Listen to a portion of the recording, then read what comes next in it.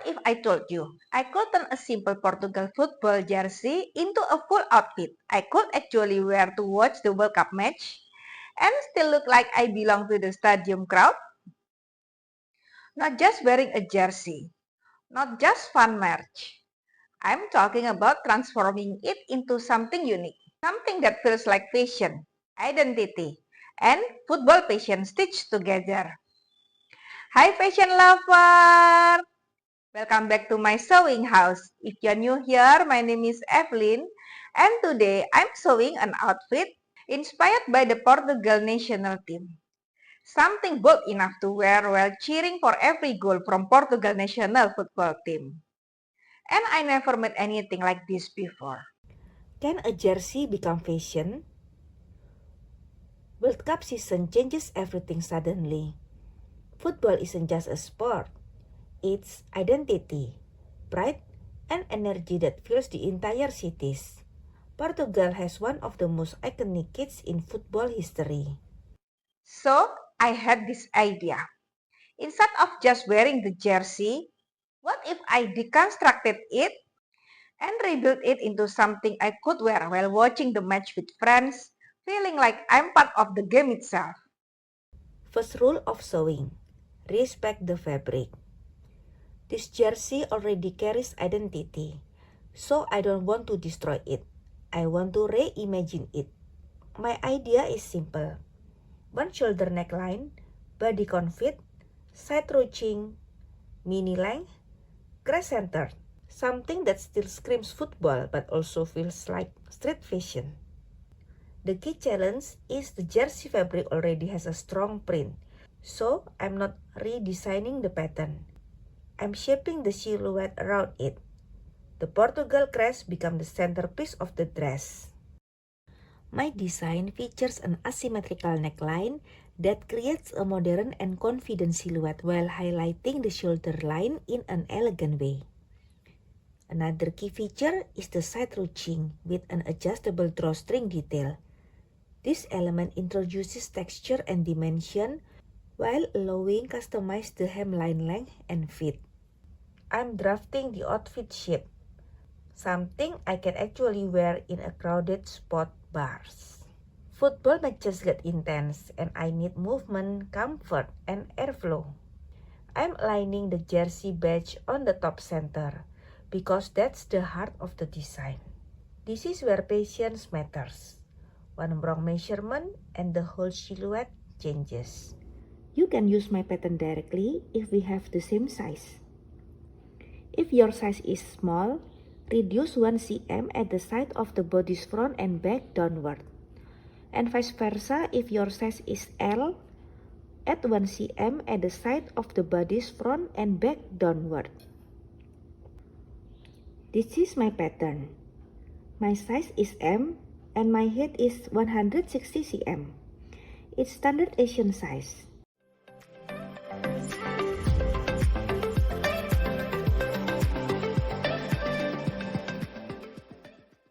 The dress pattern is ready, and the next step is to transfer it onto the jersey. The most important part of this process is finding the true center of the jersey. This ensures that the crest is perfectly aligned in the middle of the dress, giving it balance and professional finish. To do this, I fold the jersey in half to find the exact center. Then, I mark that center point using an erasable marker. I draw a few guide dots from the top to bottom of the jersey. Then I connect them using a ruler to create a clean, straight center line. I do it twice, the front and the back of the jersey.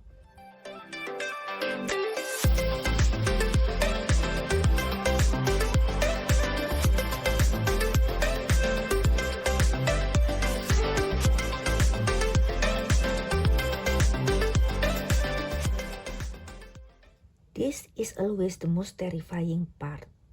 The first cut.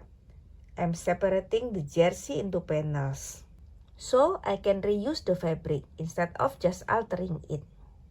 The crest, the sponsor logo, these are the details I want to preserve because this isn't just fabric. It represents moments, matches, and memories. and now there is no going back.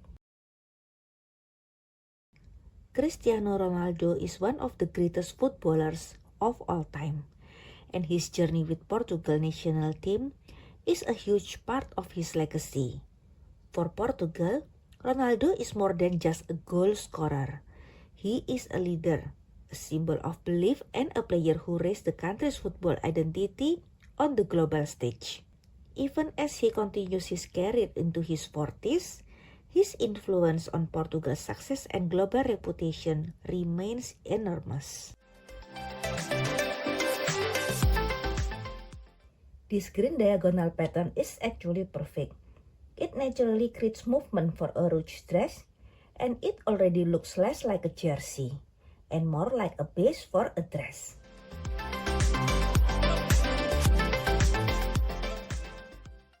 I start bringing it to life. I'm stitching the jersey panels into a one-shoulder dress while keeping the original texture intact.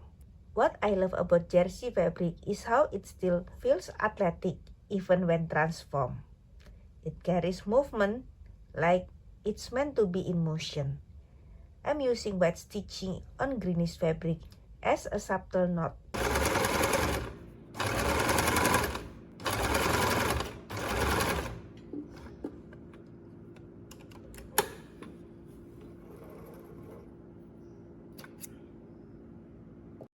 For the bottom, I wanted something that feels sporty but also wearable at the bar. Comfort is key because, let's be honest, World Cup matches are emotional roller coasters. I need to breathe through the goals, misses, and penalties. I'm using a slash and spread technique to build the trip. I mark my cut lines first, keeping everything evenly spaced for control. I'm slashing through each line and opening the sections up. I'm spreading each cut by 4 cm, consistent all the way across to build volume evenly. I'm not losing the original shape, just adding control width for movement and flow. This extra space is intentional because I'll be gathering it later into the final design. This will all come back in, and I'm keeping that final gather skirt measurement at 35 cm. If you don't like the final result, you can always adjust the spread distance. You can reduce it. Try 3 cm for a softer, less voluminous strip. So, just tweak the spacing depending on the effect you want before finalizing your pattern. At this step, I realized something. One jersey is not enough to make the whole dress. One jersey is only enough for the body's front and back. But what about the skirt? I would actually need 3 jerseys to complete the dress. Since the front jersey already has the printed crest, only one front piece can be used, and the other 2 front pieces would end up as scrap fabric.